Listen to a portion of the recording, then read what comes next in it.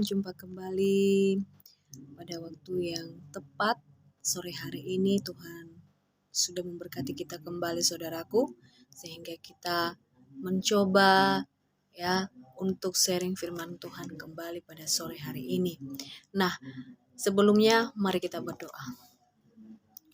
Bapa kami yang di surga, kami mau mendengarkan firman-Mu pada sore hari ini.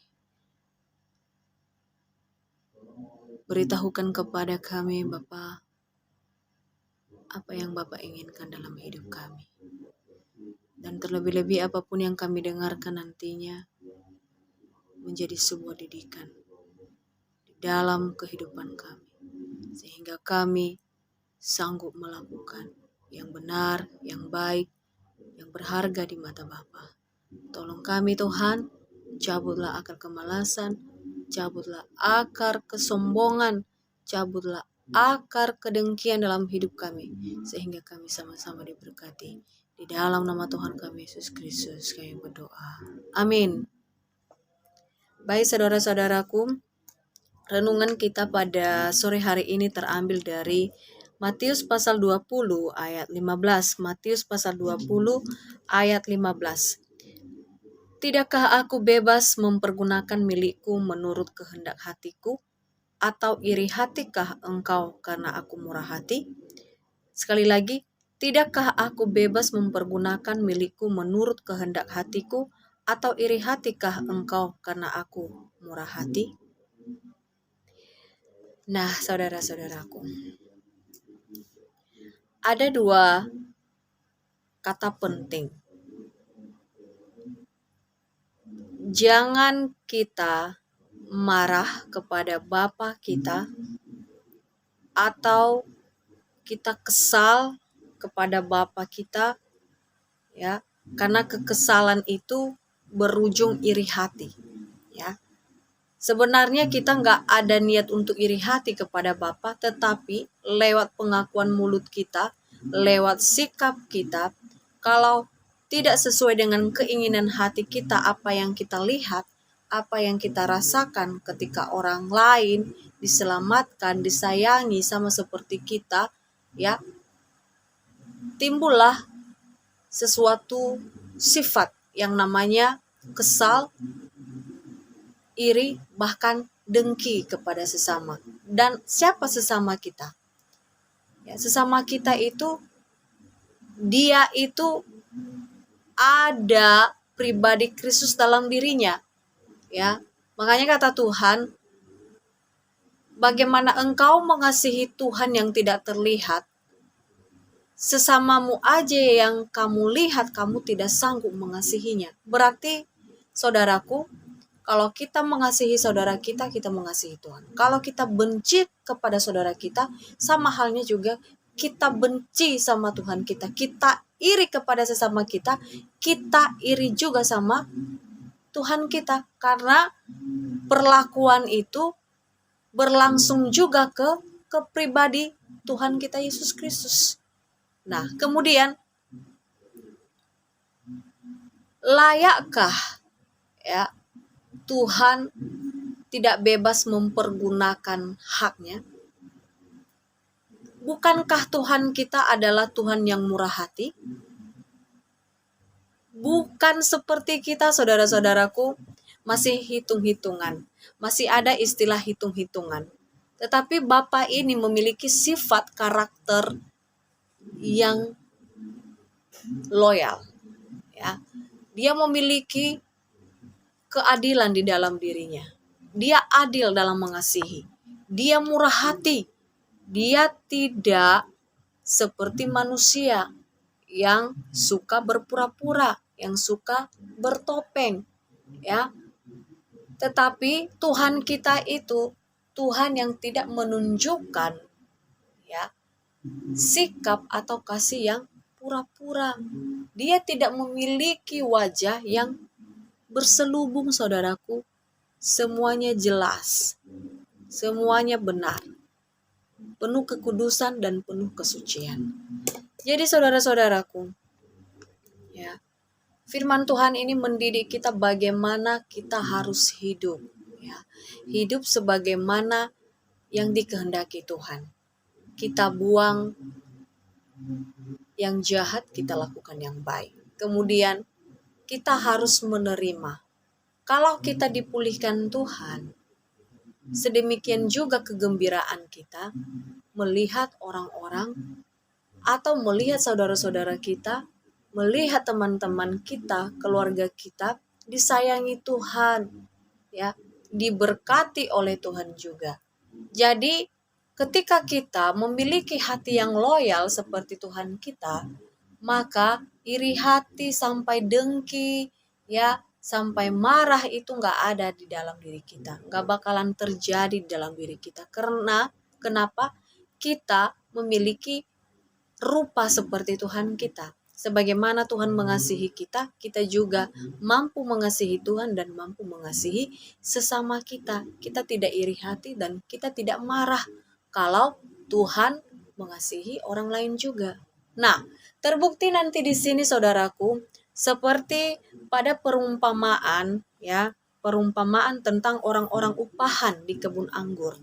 Ya, kebun anggur itu adalah ladangnya Tuhan kita yang hidup di dunia ini. Nah, pemilik kebun itu, pemilik kehidupan kita adalah Tuhan kita. Ya, Tuhan kita yang ada di surga sekarang.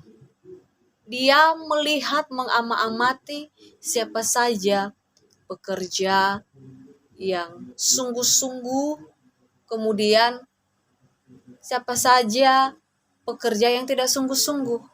Nah, terbukti nanti di sini, ya, pekerja atau pelayan Tuhan yang tanda kutipnya, ya, tanda kutipnya ada istilah pertama, pelayan sibuk melayani.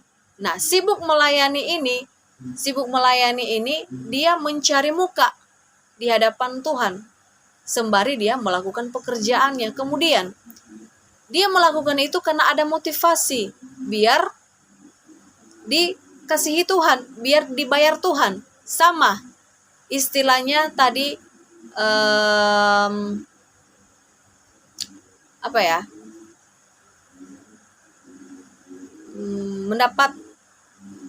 mendapat pujian dari Tuhan Yesus. Nah, kemudian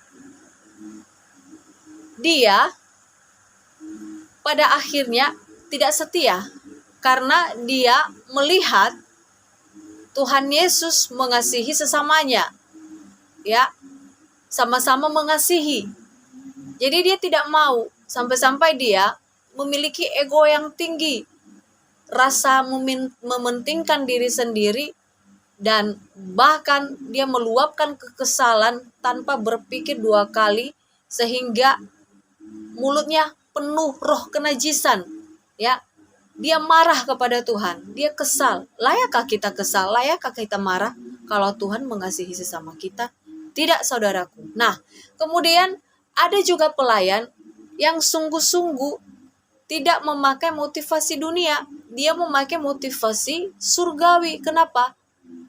Lewat kesungguhannya Tuhan akan mengasihinya. Dan dia tidak menghendaki berapa upahnya. Walaupun cuma beberapa tahun istilahnya, ya, dia melayani, dia tidak bersungut-sungut. Yang penting tubuh, jiwa, dan rohnya layak di hadapan Tuhan. Yang penting Bapa memberkati kehidupannya. Yang penting Bapa memberikan dia makan dan minum. Cukuplah itu buat dia. Gak ada tujuan untuk dibayar, gak ada tujuan untuk cari muka. Berarti orang ini adalah memiliki karakter jiwa yang haus melayani. Nah, beda dengan sibuk melayani. Ya, ada dua karakter, ya, saudaraku.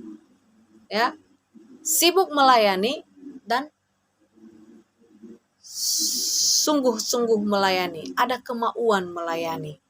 Ya, ada hati yang melayani. Jadi, menurut saya akan pilih hati yang mau melayani, sungguh-sungguh melayani, bukan sibuk melayani. Nah, kemudian inilah yang terjadi, ya, kepada pekerja-pekerja di kebun anggur Tuhan, ya, di dunia ini.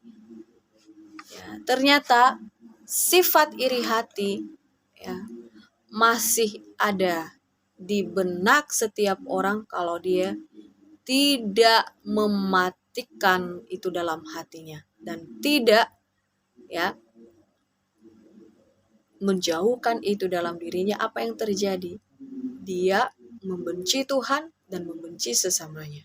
Jadi hati-hati saudaraku. Nah, saya agak sedikit bercerita tentang perumpamaan ini ya. Karena perumpamaan ini sama halnya kalau kita mengejar kerajaan surga. Kalau kita mau mengejar kerajaan surga, kita hadirkan sifat yang mau melayani Tuhan. Taat, setia sampai mati, tidak menghendaki upah daripada Tuhan. Bukan Tuhan yang berhutang kepada kita, tetapi kita yang berhutang di hadapan Tuhan. Lewat penebusan dosa kita berhutang di hadapan Tuhan. Itulah hutang kita bayar. Kita harus berjerih lelah, berjerih payah, melayani Tuhan. Kemudian, jangan pakai sifat atau karakter iri hati dan marah kepada Tuhan. Nah, saudara-saudaraku, Sang Tuhan keluar pagi-pagi benar. Karena kebiasaan Tuhan kita, dia bangun pagi-pagi benar, berdoa, ya, membangun hubungan di hadapan Tuhan, di hadapan Tuhan dia sendiri. Nah, setelah dia berdoa, dia keluar, ya, dia sangat sedih, ya.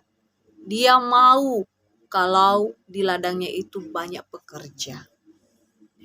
Disitulah nanti terbukti kalau Tuhan kita itu Tuhan yang adil. Ya, dia selalu haus ya agar ada pekerja di ladangnya. Bukan kita yang haus juga, tetapi Tuhan juga haus akan kita. Tetapi hausnya Tuhan itu untuk memulihkan kita. Beda kita, kalau kita haus di hadapan Tuhan, kita mau dipulihkan. Ya, jadi saudara-saudaraku, dia keluar pagi-pagi benar sehingga dia mendapati orang-orang di situ, ya, sehingga dia menemukan seorang pekerja, ya, bukan hanya satu atau dua orang, kira-kira mereka banyaklah di situ. Nah, sehingga Sang Tuhan memberikan sebuah kesepakatan antara pekerja-pekerja. Dengan sepakat bekerja dalam sehari upahnya 1 dinar. Sah. Jadi setelah sah mereka mulai bekerja. Nah, kemudian Tuhan ini keluar pada pukul 9. Ya, pada pukul 9 dia keluar dan dilihatnya ada lagi orang-orang lain yang menganggur di pasar. Katanya kepada mereka, "Pergi jugalah kamu ke kebun anggurku, dan apa yang pantas akan kuberikan kepadamu," dan mereka pun pergi. Nah, di sini setelah dia mendapatkan seorang upahan pada pukul 9 ini, ya, sang upahan tidak banyak bertanya berapa upah kami, Bapak. Ya, mereka hanya menunggu ada kata-kata dari Tuhan itu keluar. Ya, mereka hanya menantikan. Nah, apa jadinya? Bapak berkata, "Apa yang ada padaku nanti akan kuberikan kepadamu." Ya. Dengan istilahnya yang benar di sini, apa yang pantas akan kuberikan kepadamu. Berarti gak ada pemaksaan ya saudara-saudaraku. Jadi mereka memutuskan untuk pergi dan bekerja. Nah, kemudian ya, Tuhan melakukan hal yang sama. Dia keluar pada pukul 12 dan pukul 3 petang ya, melakukan seperti yang tadi. Ya, dia menemukan pekerja-pekerja juga di situ. Nah, kemudian kesepakatan ya mungkin sama seperti yang sebelumnya pada kesepakatan yang didapatinya pada pukul 9 tadi. Nah, kemudian kira-kira pukul 5 petang, ini udah sore, ia keluar lagi, mendapati orang-orang lain pula, lalu katanya kepada mereka, "Mengapa kamu menganggur saja di sini sepanjang hari?" Nah, Tuhan itu peduli sama kita, ya. Dia haus akan kita juga, karena baru sedikit-sedikit saja yang bekerja di ladang, ya. Hamba-hamba Tuhan baru sedikit, pelayan-pelayan Tuhan baru sedikit. Tidak semua kota-kota dipenuhi oleh hamba-hamba atau pelayan-pelayan Tuhan, apalagi di desa-desa terpencil. Masih butuh. Tuhan itu masih butuh pekerja. Ya, makanya kita nggak boleh iri kalau ada orang lain melayani Tuhan. Kita nggak boleh iri kalau kita melihat orang sungguh-sungguh melayani Tuhan, setia sama Tuhan. Harusnya kita berbangga diri, ya. Harusnya kita saling melengkapi, harusnya kita saling menyempurnakan, bukan menimbulkan sifat-sifat yang tidak sesuai di hadapan Tuhan. Nah, kata mereka, karena tidak ada orang mengupah kami. Nah, sebenarnya saudaraku, ya, orang-orang ini adalah orang-orang yang ada niat bekerja, tetapi tidak memiliki kesempatan. Nah, inilah yang disukai Tuhan, ya. Yang paling akhir ini, ya, mereka mau bekerja tetapi tidak ada kesempatan, tidak ada yang mengupah mereka. Begitu juga dengan kita di dunia, kita mau melayani Tuhan tetapi belum ada, ya, belum ada kesempatan di sebuah gereja, ya, tertentu, ya. Kita mau melayani, aduh bagaimana ya, aku nggak tahu bagaimana caranya biar saya masuk anggota gereja, biar saya melayani, menjadi seorang WL, menjadi seorang singers, dan lain sebagainya. Jadi karena nggak ada yang menjadi penunjuk jalan. Nah, jadi Tuhanlah penunjuk jalan kepada kita. Kalau kita menanti-nantikan Tuhan, percaya dalam hati kita, Tuhan akan menjadi jalan bagi kita. Dia akan membuka jalan kepada kita dan bahkan memanggil kita, ayo nak bekerja. Nah, mereka berkata, ya, baik Tuhan, kami akan kerja. Nah, tidak ada kesepakatan ya saudara-saudaraku, ya. Beda dengan sebelum-sebelumnya. Mereka, ya, melakukan kesepakatan upah 1 hari 1 dinar. Di sini tidak ada. Ya, hebat sekali kan saudaraku, udah semangatnya mau bekerja, ya, tidak bertanya-bertanya berapa upah kami Tuhan. Nah, jadi setelah malam, ya, setelah malam tiba, maka kata Tuhan kepada Mandur, panggillah mereka yang bekerja tadi sebagai upahan tadi. Nah, dia memanggil orang yang bekerja di akhir tadi pada pukul 5. Nah, sedangkan orang yang bekerja pada pukul 5 ini hanya 1 jam mereka bekerja, saudara. Namun Tuhan memerintahkan mandurnya untuk membayar mereka 1 dinar. Ya. Alangkah senangnya, bahagianya mereka ini dikasihi Tuhan. Tidak membuat kesepakatan dari awal, tetapi Tuhan menunjukkan kasih-Nya, Dia membayarkan, Dia membalaskan kebaikan mereka itu 1 dinar. Nah, baru dipanggillah pekerja atau upahan yang datang pada pagi-pagi benar, berarti mulai dari pukul 5 lah. Pukul 5 pagi, pukul 9, pukul 12, 3 siang, mereka dipanggil. Nah, saudaraku, berapa upah mereka? Sedinar juga, saudaraku. Nah, apa yang terjadi? Setelah mereka mengetahui mereka dibayar cuma 1 sedinar, mereka bersungut-sungut. Ya, mereka marah. Nah, mereka berkata kepada Tuhan, bukankah kami itu lebih dulu datang bekerja? Kami kepanasan. Ya, kami menanggung panasnya terik matahari. Tetapi kenapa kami dibayar 1 dinar sehari? Sangat disayangkan. Tuhan menjawab, saudara, bukankah kita sepakat upah kalian 1 hari sedinar? Lupakah? Mereka tidak mau menerima, memberontak. Karena yang mereka lihat, ya, yang mereka bandingkan di sinilah, saudaraku, karena pekerja yang datang terakhir tadi. Ya, kenapa mereka dibayar sedinar? Kenapa kita enggak lebih? Bukannya kita lebih dulu ya bekerja daripada mereka. Ya. Makanya kata Tuhan, ambillah, ya, ambillah dan pergilah. Tidak bebaskah aku melakukan hakku? Baru mereka ambil, mereka pergi. Lalu Tuhan datang untuk membayarkan upah yang terakhir tadi, sedinar juga. Nah, di sini saudaraku, ada kata Tuhan Yesus yang berkata, tidakkah aku bebas mempergunakan milikku menurut kehendak hatiku, atau iri hatikah engkau karena aku murah hati? Nah, jadi di sini Bapa atau Tuhan kita itu berkata, tidak bebaskah aku mempergunakan hakku? Tidak bebaskah aku adil? Tidak bebaskah aku mengasihi? Tidak bebaskah aku melakukan kehendakku?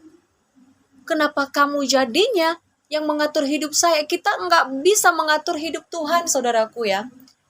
Kita hanya tahunya kita berharap, kita pasrah di dalam iman kepada Tuhan kita. Kita nggak boleh banyak inilah. Ya, kita harusnya pasrah saja. Ya, makanya kata Tuhan, iri hatikah engkau karena aku murah hati? Iri hatikah engkau kepada saudaramu itu? Kalau kamu iri hati kepada saudaramu, sama halnya kamu itu melakukannya bagi diri saya. Ya. Siapakah saudaramu itu? Aku. Siapakah aku saudaramu? Makanya kita itu hadir hidup di bawah hukum kasih Tuhan. Apa itu? Kasihilah Tuhan Allahmu segenap hatimu, jiwamu, akal budimu, dan kekuatanmu, dan hukum yang sama dengan itu, kasihilah sesamamu manusia. Kasih itu adalah kasih kasih yang bertindak secara vertikal dan horizontal. Ada kasih kepada Tuhan dan ada kasih kepada sesama. Ya. Kita nggak boleh mengatur Tuhan karena Tuhan kita adalah Tuhan yang murah hati. Ya. Kita aja ya saudaraku, kita nggak bisa loh sepenuhnya murah hati kepada semua orang. Hanya kepada orang-orang tertentu. Jadi kita di sini tidak sempurna, tetapi Tuhan Bapa kita adalah sempurna. Ya. Jadi makanya Tuhan mengesankan, Tuhan mengesankan firman itu lewat kita. Ya, kalau kita hidup sama seperti pekerja-pekerja upahan yang tidak rendah hati, taunya kesal, marah, iri hati kepada sesama, dan membenci Tuhan, kesal sama Tuhan.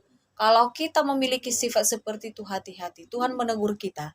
Ya, kalau pada akhirnya kita bekerja taat dan ujung-ujungnya kita tidak setia, hati-hati. Inilah firman Tuhan yang terjadi dalam diri kita. Demikianlah orang yang terakhir akan menjadi yang terdahulu, dan yang terdahulu akan menjadi yang terakhir. Ya, jadi hati-hati. Kalau kita pelayan yang lama melayani Tuhan, jangan mundur. Ya, jangan sedih, jangan kesal kalau ada pelayan-pelayan baru yang dikasihi Tuhan, yang didatangkan Tuhan di gerejamu. Buanglah iri hati, buanglah kekesalan, buanglah amarah. Memang kita tidak sempurna, tetapi kapan lagi kita mau menyempurnakan kasih Tuhan di dalam diri kita? Ya, kita harusnya bisa menerima kekurangan dan kelebihan sesama kita. Karena sesama kita bukan Tuhan. Kita juga bukan Tuhan. Jadi yang adil itu adalah Tuhan. Jadi apa sikap kita? Sikap menerima. Hendaklah kita sehati sepikir. Ya, makanya firman Tuhan berkata di Galatia pasal 5 ayat 15. Beginilah bunyi firman Tuhan ya saudaraku, biar saya baca. Galatia pasal 5 ayat 15. Ya. Tetapi jikalau kamu saling menggigit dan saling menelan, awaslah supaya jangan kamu saling membinasakan. Ujung-ujungnya membinasakan. Ujung-ujungnya kalau kita tidak mengasihi sesama pelayan kita, kita iri hati kepada sama pelayan kita, kita benci, kita dengki, ujung-ujungnya kita membinasakan. Membinasakan mereka seperti mereka tidak mau melayani lagi di rumah Tuhan di mana kita melayani. Karena mereka berkata, udahlah, bukan hanya di gereja ini ada pelayanan. Pastinya kalau kami ditahu Tuhan, hati kami mau melayani Dia dengan sungguh-sungguh, Dia akan menghadirkan kami di gereja-gereja lain. Kami juga mampu kok melayani di gereja-gereja lain.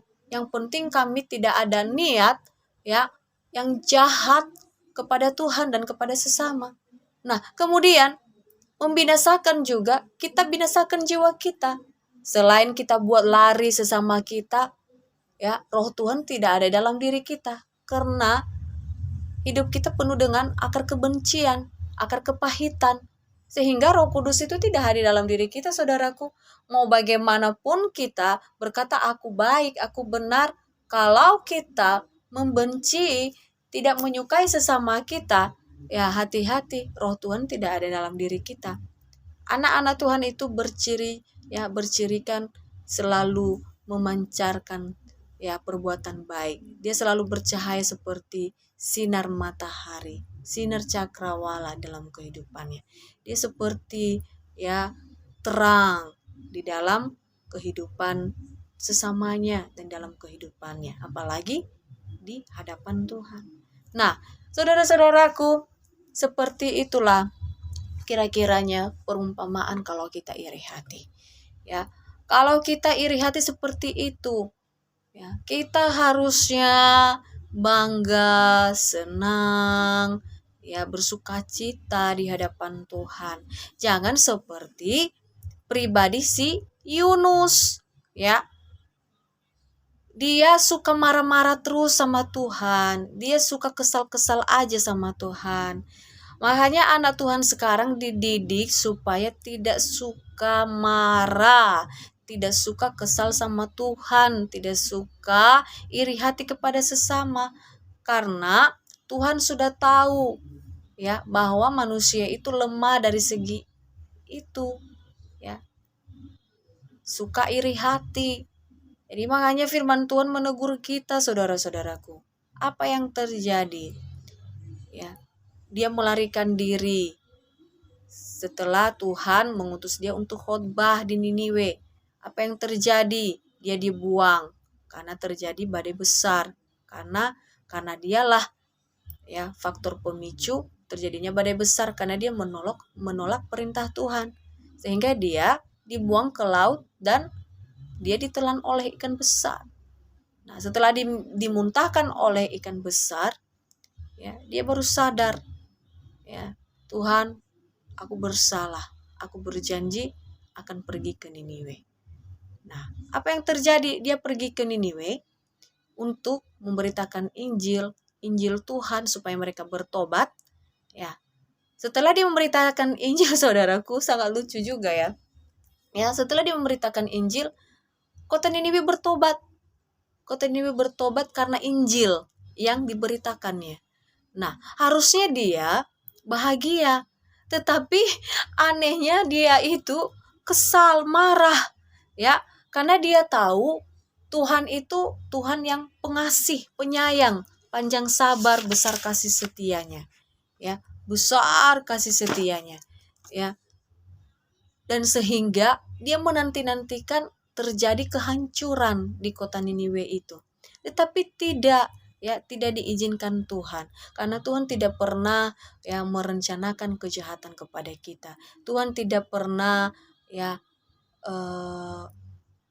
tidak pernah dia tergesa-gesa ya untuk membinasakan umatnya. Dia memberikan kesempatan. Begitu juga dengan kita, saudaraku. Kalau kita melihat sesama kita melayani Tuhan, ayo berbangga.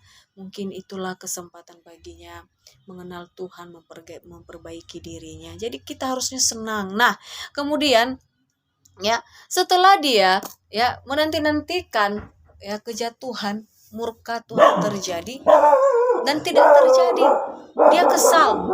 Katanya, lebih baik aku mati. Lebih baik aku mati saja. Ya, lebih baik aku mati saja. Dibaca aja nanti ya, saudaraku, di Yunus pasal 4 ayat 3 sampai 4. Yunus pasal 4 ayat 3 sampai 4. Dia marah. Dia marah, coba saudaraku. Kenapa dia marah? Seharusnya dia bersuka cita atas keselamatan sesamanya. Nah, Tuhan tahu isi hatinya. Kata Tuhan, layakkah engkau marah, Yunus? Nah, barulah Yunus pergi ya ke sebelah timur. Dia membuat pondok-pondok di situ, tempat perteduhan, dan dia sedang duduk mengamati kapan terjadinya ya murka Tuhan dan tidak terjadi.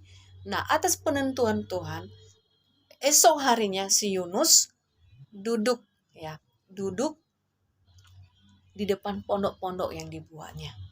Atas penentuan Tuhan dihadirkannya, ditumbuhkannya lah pohon jarak ya untuk melindungi kepala si Yunus dari kekesalan hatinya. Dia menghibur si Yunus atas kekesalan hatinya. Ya, ada rencana Tuhan loh saudaraku. Rencana Tuhan itu kalau dia memukul kita, kalau dia mendidik kita, awal-awalnya dia menggurus kita loh. Ya, awal-awalnya dia tidak langsung mencubit, tidak langsung ya marah kepada kita. Dia selalu memberikan kita kesempatan dan membuat kita malu atas kehendak kita. Nah, apa yang terjadi? Ya, keesokan harinya, ya, fajar menyingsing pagi hari, ya, tiba-tiba pohon jarak itu daunnya berguguran, ya, layu sekejap, ya. Panas terik terjadi di kota itu, angin ribut terjadi di kota itu. Nah, apa yang terjadi? Dia rebah, dia lemah letih lesu karena panasnya sinar matahari. Tidak ada pelindung, ya. Makanya dia berkata, lebih baik aku mati. Jadi gimana ya saudara? Udah seorang hamba Tuhan, penginjil Tuhan, masa mulutnya tidak menjadi berkat? Dia selalu meminta kutuk terjadi dalam dirinya. Kenapa tidak berkat? Kemudian kenapa dia tidak bersuka cita atas orang lain yang diselamatkan Tuhan? Jadi hati-hati ya. Kita kalau mengasihi Tuhan tidak separuh-paruh. Harus setotal-totalnya kita menyerahkan diri kita di hadapan Tuhan.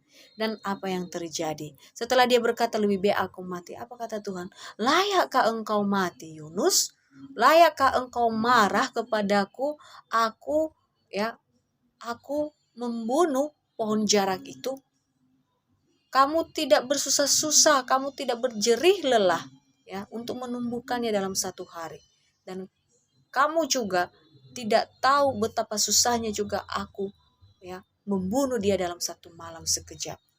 Jadi, saudara-saudaraku, kalau kita tidak bersusah-susah payah ya, sebenarnya kita di dalam dunia ini kita cuma menjalani hidup apa yang dikehendaki Tuhan, ayo kita lakukan. Karena kita tidak bersusah-susah payah loh.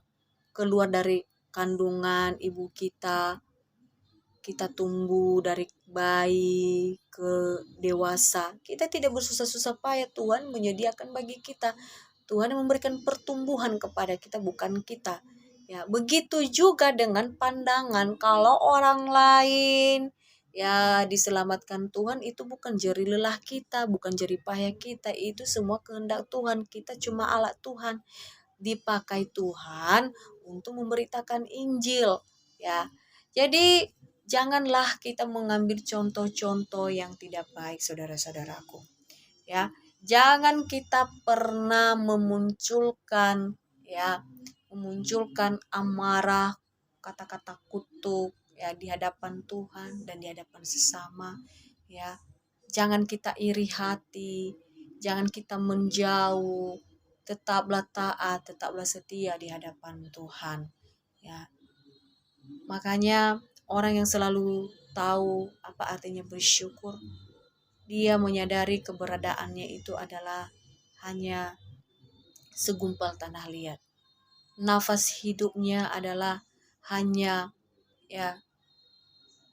seperti uap ya, terlihat ya, hanya seperti uap terlihat sebentar saja. Hidup kita tidak selama-lamanya ada di dunia ini. Kita harus mau melihat yang baik, melihat kebahagiaan orang lain seperti kita bahagia di hadapan Tuhan. Kita nggak boleh menanamkan iri, marah, apapun bentuk-bentuk kejahatan, saudaraku. Mari kita hindari itu. Kalau Tuhan ya, kalau kita mau mengingini Tuhan memberkati kita, ayo mari miliki iman yang murni, iman yang tulus ya, tidak ada kepura-puraan, tidak ada hati yang berselubung, wajah yang berselubung, pura-pura baik, serigala berbulu domba ya. Kita harusnya melakukan pekerjaan-pekerjaan yang baik di hadapan Tuhan. Kalau kita mencari berkat, ayo jadi berkat. Kalau kita mencari kutuk, udahlah, itu urusanmu. Ya, kata Tuhan bertobatlah. Dan tugas kita, ayo rampaslah mereka yang ragu-ragu.